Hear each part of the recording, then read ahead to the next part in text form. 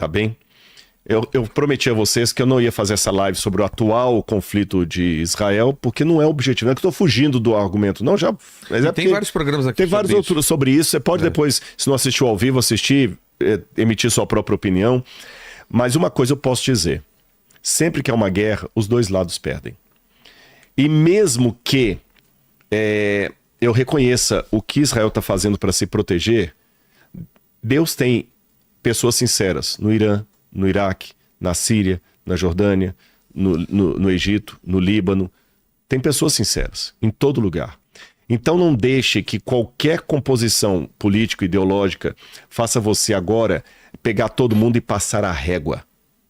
Tá bom? Oskar Schindler, por um tempo, foi colaborador dos nazistas. Ele escravizava judeus.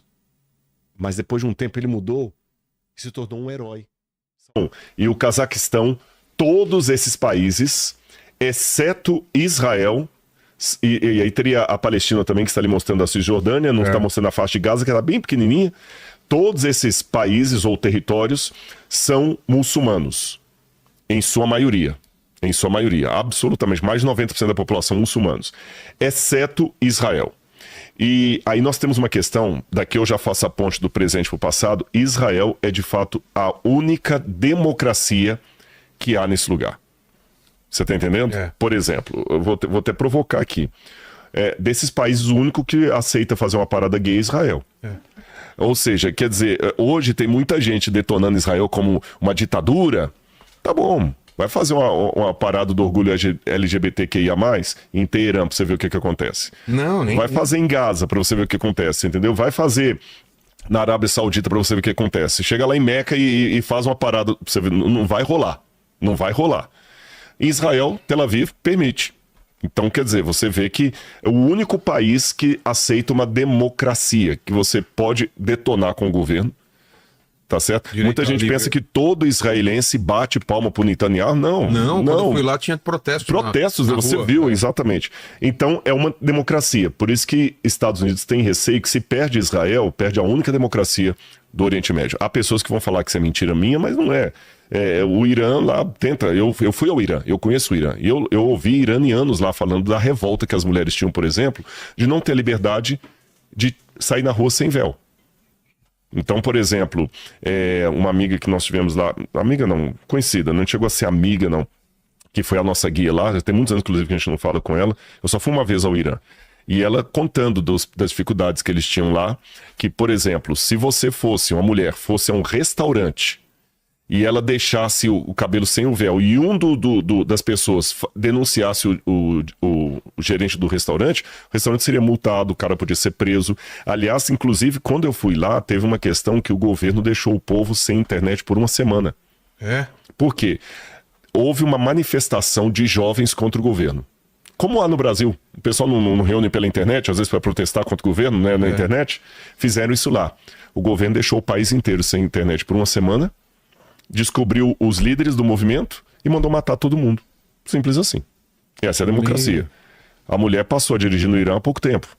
Então esse maravilhoso país assim que o pessoal tá batendo palmas, né? Tem um episódio aqui muito bom Isso não é mentira, tá? Não. Eu estive lá, não é coisa que eu escutei, que eu ouvi falar, que eu estive lá. Então se eu vai mentir, eu estou mentindo, que eu fui lá e eu vi. Fabi, a gente teve um episódio, né, com 3 mulheres, 2 eram muçulmanas e falaram sobre isso, né? Foi na época que aquela mulher... Apareceu um cachinho dela pra fora da roupa e ela foi morta. Não, exatamente. E eles matam mesmo. Então, então, assim, Israel hoje é uma democracia que tem ali. Mas como eu falei que eu ia mencionar mais o passado, eu só coloquei esse mapa para o pessoal entender. O primeiro hebreu da história foi Abraão. Abraão foi o primeiro hebreu da história. E o nome hebreu tem 2 significados desse nome possível. Alguns pensam que viria de Eber, que é um ancestral de Abraão. Outros pensam que vem da ação, que significa aquele que vem da outra margem, do outro lado. E como Abraão veio... Vamos voltar no mapa aqui, o anterior, só para o pessoal entender da onde que Abraão saiu. Tá vendo ali... esse mapa não mostra os rios. Mas tá vendo onde está o Iraque ali? Sim. Abaixo do Iraque tem um pedacinho que não está mostrando o nome, é o Kuwait. Ah, verdade. E abaixo está Persian Gulf, que é o Golfo Pérsico. Sim. Tá bom? Ali no Golfo Pérsico, você tem 2 rios que sobem, o rio Tigre e Eufrates. Ali é o berço da civilização. Ali viveram os sumérios, os babilônios, aí vieram várias cidades que foram fundadas ali. Erech, Eridu, a mais antiga do mundo. As mais antigas do mundo são lá. Esses dias eu ouvi alguém falando, não, a cidade mais antiga do mundo é Jericó. Isso é controverso. Lá tem uma placa disso, mas não. As cidades mais antigas estão lá. Jericó é muito mais antiga do que Jericó. Jericó foi depois de lá. Tá bom? Jericó é depois. Realmente, se você for a Palestina, tá lá. Jericó, a cidade mais antiga do mundo. Mas se você for na China também, eu vou mostrar um monte de cidade que é mais antiga do mundo. Se for a Índia tem cidade lá que eles falam que tem 30 mil anos. Então, quer dizer, cada um puxa a sardinha pro seu lado. Exceto o Rio de Janeiro, toda cidade do Brasil que tem um Cristo Redentor vai falar que aquele é o segundo maior do Brasil depois do Corcovado. Então, quer dizer, cada um puxa pro seu lado. Mas o berço da civilização está ali. As primeiras cidades, Erech, Eridu, Lagash, são cidades que foram fundadas ali. E Ur dos Caldeus, de onde veio Abraão. Então, voltando para o mapa, se colocar de novo, Abraão sai de onde é o Iraque, o mesmo mapa lá. Abraão sai de onde é o Iraque, vocês estão vendo o Iraque, Abraão sai daí, pertinho do Golfo Pérsico que ele estava, aqui embaixo, se quiser até mostrar com o mouse, ele sai aqui perto do Golfo Pérsico, olha lá, coloca aí o Golfo Pérsico, Iraque, tá para baixo aqui, isso, vai para cima, isso, sobe agora, aí pronto, Abraão sai daí, não, Iraque, aí o Irã. Iraque, ele sai daí, passa pela Síria, pode ir lá pela Síria, fica na cidade de Padam Aram, depois ele desce para Israel, que não está mostrando o mapa ali, mas Israel, um pouquinho mais para frente, isso, chega em Israel. Então, como ele veio da outra margem do rio, que ele atravessou o rio Eufrates, atravessou o rio Jordão, ele é o Ivri, aquele que veio da outra margem, que a gente fala hebreu. Tá. Então, provavelmente, esse nome hebreu foi dado a Abraão como um apelido. Você não fala, por exemplo, aqui, o Chico Mineiro? Porque veio de Minas Gerais. Esse aqui é o Zé Baiano, que veio lá, né? Não falava Elias Turco, lá da novela do Sítio do Capão Amarelo. Verdade. Tinha o Elias Turco, né? Então, quer dizer, veio da Turquia. Então, Abraão hebreu, aquele que veio do outro lado da margem do rio. Então, ele era o hebreu. Quando ele teve o seu filho Isaac, por sua vez, teve 2 filhos, Jacó e Esaú. Então, Jacó e Esaú eram netos de Abraão. Jacó vai ter 12 filhos, portanto, os filhos de Jacó. Só que Jacó vai ter um momento espiritual muito grande na vida dele, que ele vai lutar com o próprio Deus e vai sobreviver. Em virtude disso, quando Jacó sobrevive a essa batalha, o nome de Jacó é alterado. Você sabe que no Oriente Médio o nome é escolhido pelo significado. Eu já falei isso aqui algumas vezes, até com o Luiz Saião. Então Jacó agora tem o nome dele mudado de Jacó Yaakov, que significa aquele que vai no calcanhar do outro, que depois ficou até recebendo o apelido de enganador. E ele recebeu agora não mais o nome de Yaakov, mas atrelou-se o nome Israel, aquele que luta com Deus e sobreviveu. A partir daí, os 12 filhos de Jacó foram chamados de 12 filhos de Israel. O povo, então, descendente de Abraão, já tem 2 nomes, 2 apelidos. Os hebreus e Israel, os 12 filhos de Israel. Esses 12 filhos de Israel vão virar 12 tribos. Uma das tribos é Judá. Então, por exemplo, quando o povo de Israel chegou na terra prometida, que eles dividiram a terra entre si e cada um ganhou um pedaço de terra, exceto os levitas, você poderia ter, olha, você é descendente de Jacó? De onde que você é? Eu sou de Dan. Você é de Dan? Que legal, você é um danita, não um danado. Você é um danita. Eu sou da tribo de Gad. Você é da tribo de Gad. Você é da tribo de Efraim. Cada um dizia qual tribo ele é. Eu sou um benjamita, porque eu sou da tribo de Benjamim. E você? Eu sou judeu, porque eu sou da tribo de Judá. Então, nessa época, judeu era apenas 1/12 dos filhos de Israel. Tá claro até aqui ou tá confuso? Tá dando para acompanhar? Tranquilaço. Ok. Então eu já tenho os nomes hebreu, ok? Depois de hebreu, Israel. Então são os israelitas, não israelenses, israelitas. E depois as tribos. Só que, por uma coisa que eu vou mostrar ainda no nosso bate-papo hoje, as tribos do norte foram destruídas pela Assíria.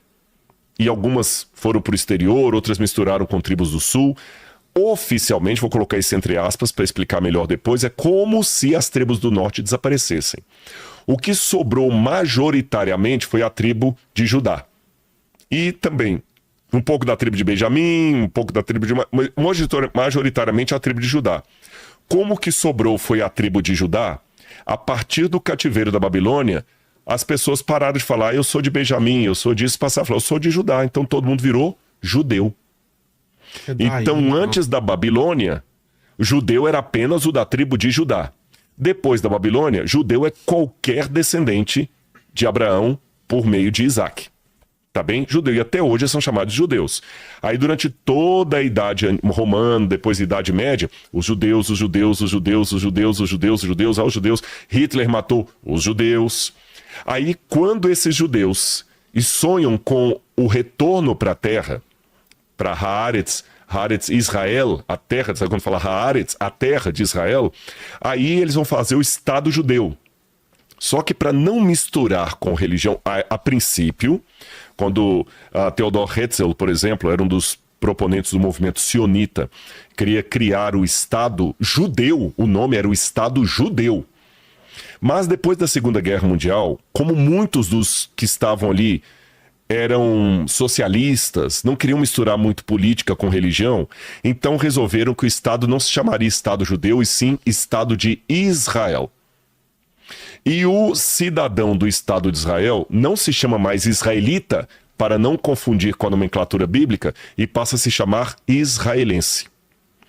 Então aqui eu já expliquei as 4 nomenclaturas. Hebreu, israelita, judeu e israelense. De certa forma, muitos desses povos aqui, os árabes também vou falar deles, são descendentes de Abraão. Então você nota que são os filhos de Abraão brigando entre si. Olha como é que um caso de família pode resultar em grandes problemas. Agora eu vou falar de um outro reino que também sempre se tornou inimigo de Israel e hoje principalmente. Vamos ao próximo aí? Pronto, esse aí, ó, o Iêmen. A gente acabou de falar do Iêmen, né?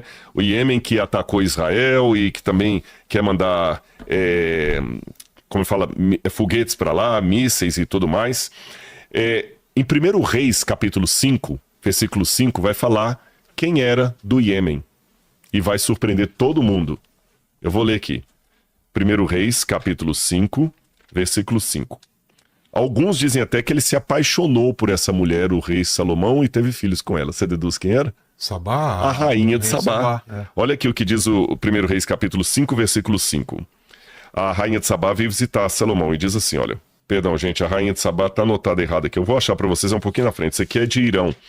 A rainha de Sabá... Dá uma googada aí para mim. Procura o texto que fala da rainha de Sabá. Esse aqui eu tinha anotado as passagens e acabei deixando aqui. Se alguém encontrar aí, por favor. Pronto, eu vou fazer o seguinte. Eu vou dar uma googada aqui. 2 Crônicas, capítulo 9. Eu sabia que não estava aqui em Reis. 2 Crônicas, capítulo 9. O Iêmen está mencionado aqui, olha. 2 Crônicas, capítulo 9. Quando a rainha de Sabá ouviu falar da fama de Salomão, veio a Jerusalém prová-lo com perguntas difíceis. Chegou com uma enorme comitiva, com camelos carregados de especiarias, de ouro em abundância, de pedras preciosas. Ela se apresentou diante de Salomão e lhe expôs tudo o que trazia em sua mente. E Salomão conversou com a rainha de Sabá. A Bíblia fala, inclusive, da terra de Avilá e a terra onde tem o melhor ouro, o ouro de Ofir, e alguns pensam que seria na região do Iêmen. Olha o mapa de novo aí, olha. O reino de Sabá, da rainha de Sabá, está mostrado aí em cor alaranjada.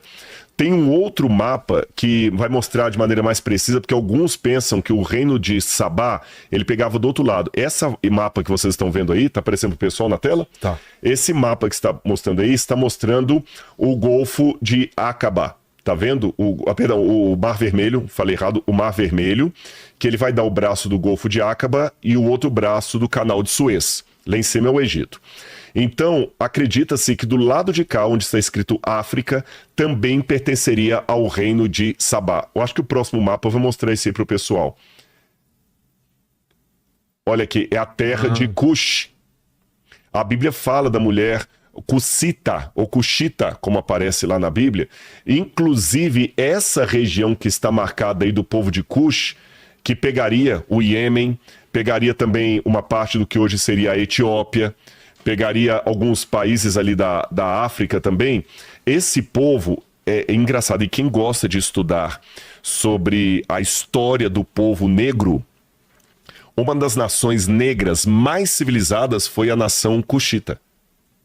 Eles eram altamente tecnológicos, deixa eu explicar que essa palavra é anacrônica para a época. Quando eu falo tecnológico, eu estou falando assim, para os fins daquela época, eu estou falando do período do bronze, até o período do ferro.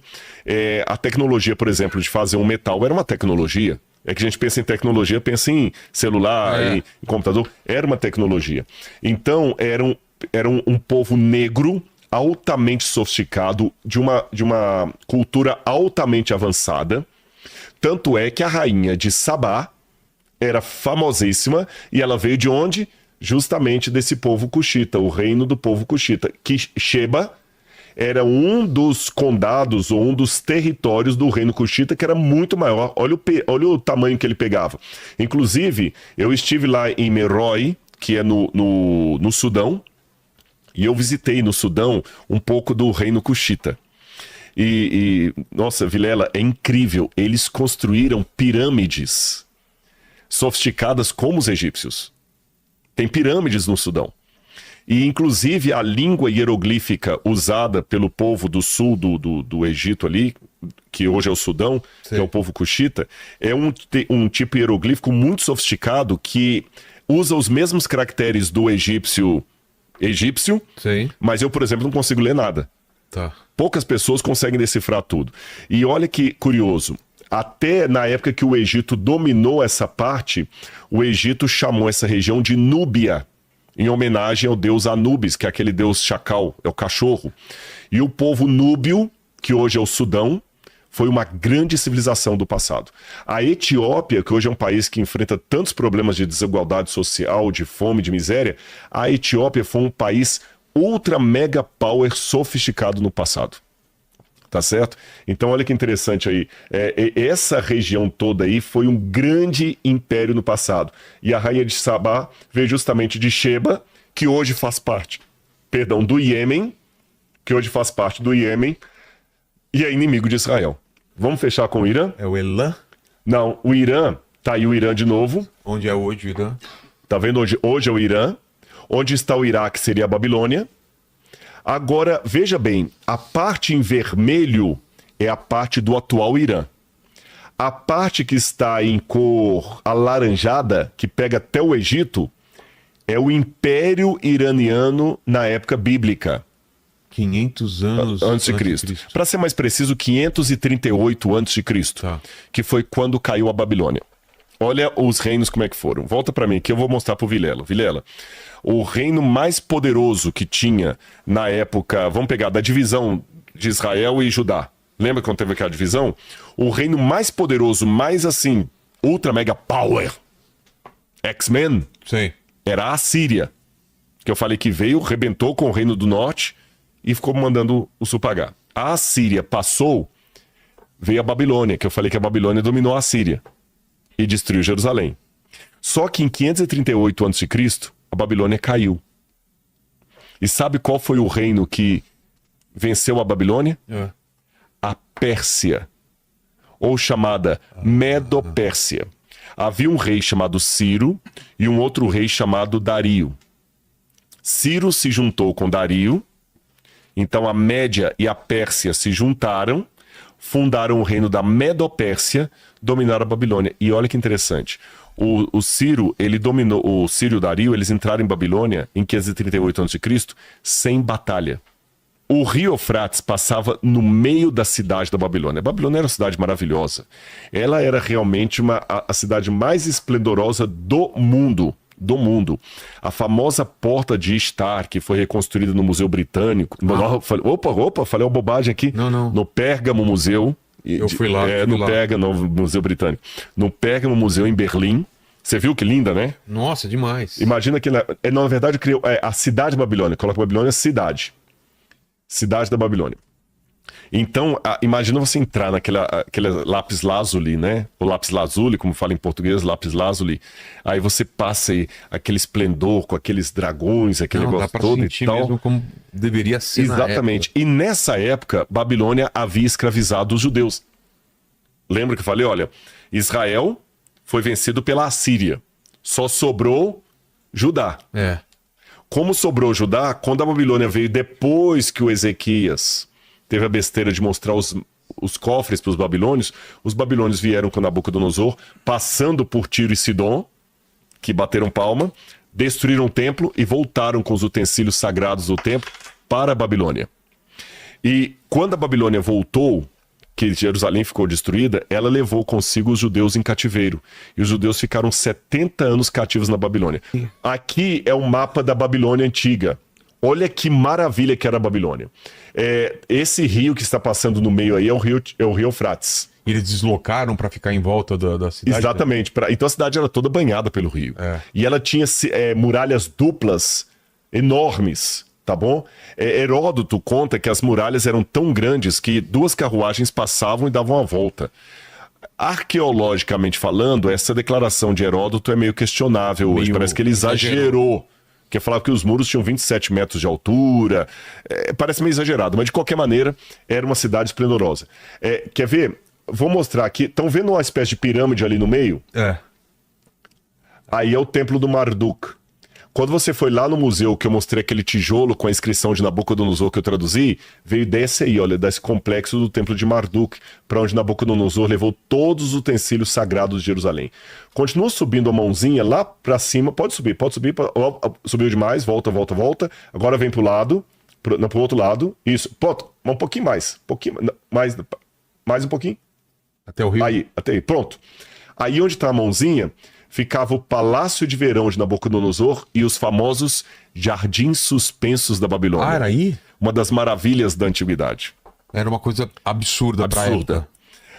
Os 70 anos de cativeiro, olha bem, eu falei que foi 70 anos de cativeiro de Judá, dos judeus e não de Israel, porque não tinha mais Israel. Agora eram os judeus. Eles ficaram tão influenciados pela Babilônia que, por exemplo, o hebraico que escreve hoje, escreve com letras do aramaico, a língua da Babilônia. Tá bem? Mudaram o calendário, uma série de coisas. Olha os jardins suspensos. Uma representação de como seria. Lindos mesmo. Você sabe, né, Kratos? Não tem foto daquela época, né? Não tem foto. Eu procurei aqui no então, foto Acho até inteligência artificial. Aí lá atrás, olha que legal. O templo do Entemenak, tá vendo? E onde fica o complexo de Marduk. O templo do Entemenak é aquela torre. Sei. Que, aliás, Nabucodonosor fez para lembrar da Torre de Babel. Mas isso é outra história. Bom, o fato é que volta aquele anterior da Babilônia com o rio no meio. Como é que uma cidade dessa ia ser destruída? Totalmente Aí protegido. o Ciro e o Dario fizeram uma coisa. Dentro do palácio de Nabucodonosor, lá perto do Jardim Suspenso da Babilônia, mais pra frente, isso aí, ó. Aí tinha o Palácio de Verão. Provavelmente aí o rei Belsazar estava comemorando, assim, as aventuras dele. Ele não era de fato o rei da Babilônia, o rei era Nabonido, que estava em Teimá. O filho dele estava no trono ali. E o profeta Daniel foi chamado porque apareceu uma inscrição na parede falando Mene Mene Tekel Farsim. Esta noite você vai ser morto, o seu reino vai ser dividido e entregue aos medos e persas. Todo mundo ali numa festa, enchendo a cara, mamando até falar chega. Os persas fizeram o seguinte, eles desviaram o curso do rio. E quando o rio foi desviado, eles vieram com o rio assim, com a água batendo no joelho, vieram quietinho, entraram pelo aqueduto, abriram a tampa boca de lobo Sim. E saíram dentro do palácio. E mataram o rei e toda a corte real. O povo da cidade amanheceu sem saber que a cidade tinha sido conquistada pelos persas. A Bíblia conta isso em Daniel capítulo 5. E esse aqui que eu quero mostrar para você, a turma de casa tá vendo? Vai de cima aqui, olha. Isso aqui é um cilindro, tá bom? A réplica de um cilindro, o original está no Museu Britânico. Esse aqui faz parte do MAB. E ele conta aqui como Ciro atacou Babilônia sem derramamento de sangue. E esse Ciro que atacou a cidade, ele fala que ele deu liberdade de culto aos que antes eram cativos da Babilônia. e os levou de volta para sua terra. Isaías, capítulo 45, isso é uma passagem fantástica. Foi escrita, essa passagem de Isaías, foi escrito décadas e décadas e décadas antes do nascimento de Ciro. Ciro destrói a Babilônia em 538 a.C. Depois vem o período persa. Isaías foi escrito no 8º século a.C. Então vou fazer uma conta aqui, mais ou menos quase 200 anos antes. 150 anos antes, olha o que Deus falou por intermédio de Isaías. Assim diz o Senhor ao seu ungido, a Ciro, a quem tomo pela mão, para submeter as nações diante dele e para desarmar os reis, para abrir diante dele os portões que se fecharão. Eu irei diante de ti, endireitarei os caminhos tortuosos e quebrarei os portões, darei a você os tesouros escondidos. Por amor do meu servo Jacó, Israel, o meu escolhido, eu o chamei pelo seu nome e lhe dei um título de honra que você mesmo que você não me conhecia. Quase 200 anos antes de Ciro nascer, Deus falou com Isaías assim, vai levantar um rei chamado Ciro e ele vai libertar o povo da Babilônia. E a profecia cumpriu 150 anos depois, quando vem Ciro e tira o povo. E esse selo aqui, cilíndrico, na verdade, o original dele, que isso aqui é uma cópia, ele conta como Ciro entrou em Babilônia sem batalha, exatamente como diz Daniel capítulo 5, e como ele devolveu liberdade aos povos cativos. Aí o povo passou a ficar na mão da Pérsia. Agora veja bem, a Pérsia é o Irã. Os iranianos de hoje são descendentes do persa. Tanto é que a língua que fala no Irã é a língua persa. No Irã não fala árabe, fala persa. E embora eles escrevem com caracteres árabes hoje, tá bom? Mas eles falam persa. Os magos do Oriente que vieram visitar Jesus provavelmente vieram do Irã. Ah, é? Da Pérsia. Os três? Lembra que eu falei das duas possibilidades? Ou cada um veio de um canto? Não, os três do mesmo lugar. Ah, achei que cada um era de um canto. Eles vieram do Irã, passando provavelmente por Petra, que eu mencionei. Em Petra, que era a terra que vendia ouro, incenso e mirra, provavelmente eles pararam em Petra, na Jordânia, compraram ouro, incenso e mirra, e dali foram para Belém, que você não pôde visitar na época, mas numa próxima a gente vai junto. Tá bem? Fica na China, então olha que curioso, o Irã que forneceu os magos, que, mais uma vez eu repito, Jerusalém com Herodes, os sacerdotes, os profetas, não reconheceu que Jesus, o Filho de Deus, o Messias, estava nascendo. Mas 3 persas, 3 iranianos reconheceram. Então o que eu tiro de toda essa história aqui, Vilela, eu até vou pedir licença para falar de novo com o pessoal em casa. Pessoal, em toda guerra, os dois lados perdem. Tá bem? Eu prometi a vocês que eu não ia fazer essa live sobre o atual conflito de Israel, porque não é o objetivo. Não é que eu estou fugindo do argumento, não. Mas tem vários programas aqui. Tem vários outros sobre isso. Você pode depois, se não assistiu ao vivo, emitir sua própria opinião. Mas uma coisa eu posso dizer. Sempre que há uma guerra, os dois lados perdem. E mesmo que eu reconheça o que Israel está fazendo para se proteger, Deus tem pessoas sinceras no Irã, no Iraque, na Síria, na Jordânia, no Egito, no Líbano. Tem pessoas sinceras em todo lugar. Então não deixe que qualquer composição político-ideológica faça você agora pegar todo mundo e passar a régua. Tá bom? Oskar Schindler, por um tempo, foi colaborador dos nazistas. Ele escravizava judeus. Mas depois de um tempo ele mudou e se tornou um herói, salvando os judeus. Percebeu? Deus tem seus povos em todos os lados. E é profético dizer isso. Apocalipse capítulo 18 fala da confusão religiosa do mundo. E a confusão religiosa é cognominada no Apocalipse de a Grande Babilônia, a mãe das meretrizes, das prostituições, de tudo que é ruim sobre a terra. A Babilônia foi tão traumática que ela se tornou emblema, símbolo de tudo que era ruim espiritualmente falando. Os grandes inimigos do povo de Deus eram chamados de Babilônia. E hoje a confusão religiosa, política, ideológica que está no mundo também é Babilônia, porque é uma confusão. Cada um dizendo uma coisa e argumentando, e você às vezes fica até sem saber em quem você acredita. É difícil. O Apocalipse diz que o fim dos tempos seria realmente tempos difíceis. Jesus falou Os tempos serão difíceis, os homens desmaiarão de terror na expectativa das coisas que sobrevirão ao mundo, porque até os poderes do céu serão abalados. Lucas capítulo 21.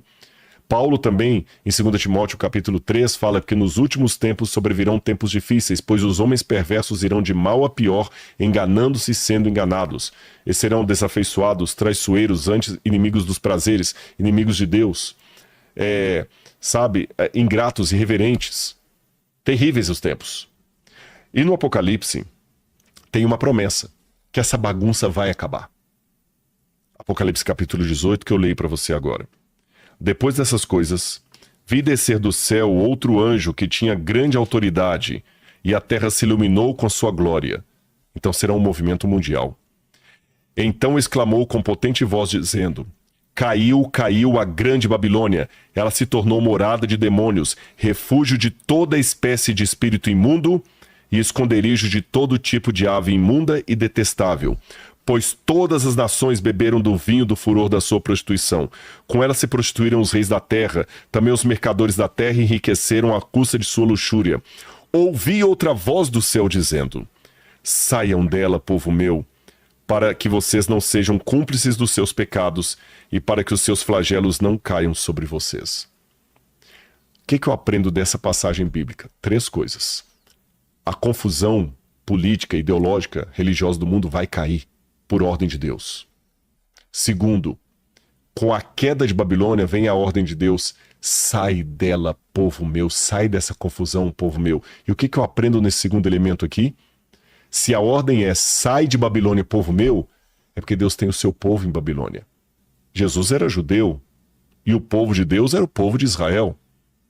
Concorda comigo? Se eu creio na Bíblia, eu tenho que admitir que o povo de Deus era o povo de Israel. Não eram os babilônios, não eram os persas, não eram os edomitas. O povo de Deus eram o povo de Israel através de Abraão, Isaque e Jacó. Jesus falou para a mulher samaritana: a salvação vem dos judeus.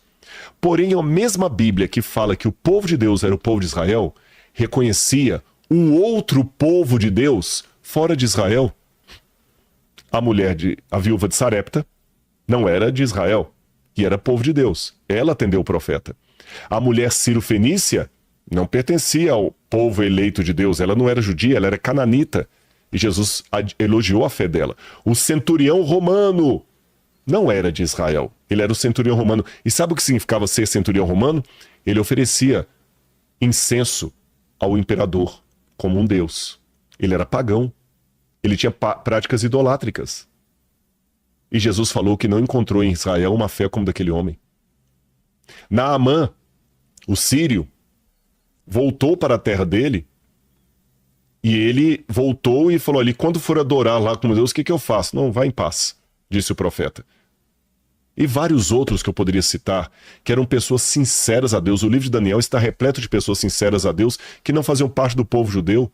Por exemplo, o chefe da cozinha que ajudou Daniel na sua alimentação judaica, Kasher, Arioque, o chefe da guarda que ajudou Daniel, Dario, que gostava de Daniel, são pessoas sinceras. Ou seja, mesmo que você tenha a convicção, e tenha o direito e o dever de ter, que você faz parte do povo eleito de Deus, por isso que você crê no que você acredita, você é um pentecostal que crê no batismo com o Espírito Santo com a manifestação de dom de línguas. Glória a Deus por isso. Você é um presbiteriano que crê firmemente na soberania de Deus e na predestinação. Glória a Deus por sua vida.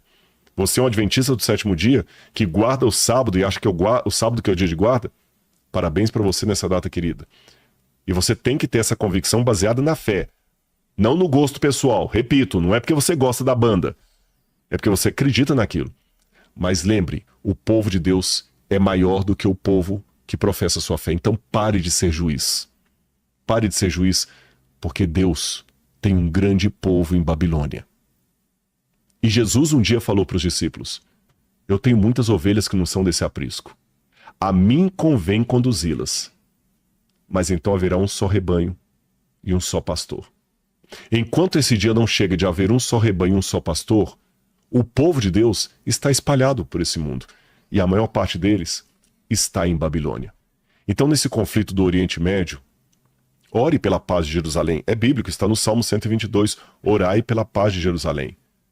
Mas ore também pelas vítimas do Líbano, da Palestina, do Iraque, do Irã, ou Irã, né? Irão é como fala em Portugal. Pessoas sinceras que estão lá. Pessoas como eu e você, que tem pai, tem mãe, tem casa, tem filhos, tem crianças.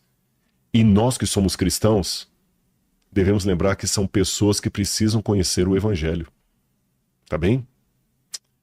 Você está criticando muito os governos do Oriente Médio e como eles estão agindo? Bom, como você está agindo com relação ao seu vizinho ou com aquele filho de Deus que pensa diferente de você?